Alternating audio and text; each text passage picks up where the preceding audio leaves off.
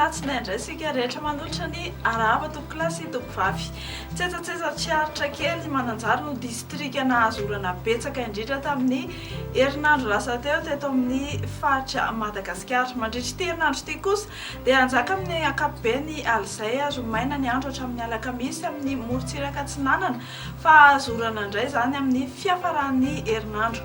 Misy front andiandraona lehibe kosa ato amin'ny fahadramasina atsimon'ny Madagasikara ato raha araka izao hitantsika amin'ny sary azo avy amin'ny zanabolana izao ary hitondra orana izy any amin'ny faritra Anosy sy Androy amin'ny alarobia. Toy izao manaraka izao ny toetry ny andro no vinavinaina ho amin'ny rahampitso talata ho amin'ny maraina dia izy ny orana malefaka any Antalasy Maroantsetrany. Andrahoana kosa ny andro any Dianasy any avaratry Sofia fa ifandimby eo ny rahona sy ny masoandro ny amin'ny faritra maro eto Madagasikara.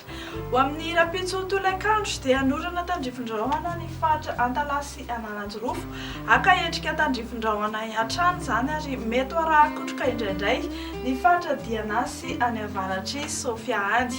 Andrahoana ny andro any Menabe sy ny ilany andrefan'ny avoatany iray manontolo. Ibalika be kosa ny masoandro any atsimo andrefana any Androy, Anosy, Vatovavy Fitovinany, Atsimo Atsinanana ary iny faritry Hotomatsiatra sy Iorombe ary ifandimby eo ny rahona sy masoandro any amin'ny faritra sisa.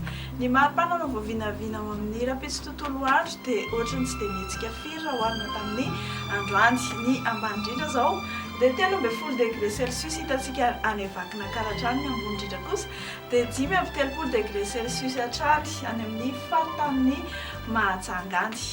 Ho amin'ny rahampitso dia ibalika be ny masoandro ny Bokaka sy La Réunion. Mifandimby ny rahona sy ny masoandro ny faritry Paris sy Johannesburg fa mety arahana orana tandrifin-drahona zany any Maurice, Comores sy Seychelles tahak'izay ihany koa any Milan sy Nairobi. Dia izay tompoko klasy tompoko vavy ny météo antsika eo amin'ny jiala ity manome fotoananareo amin'ny manaraka veloma.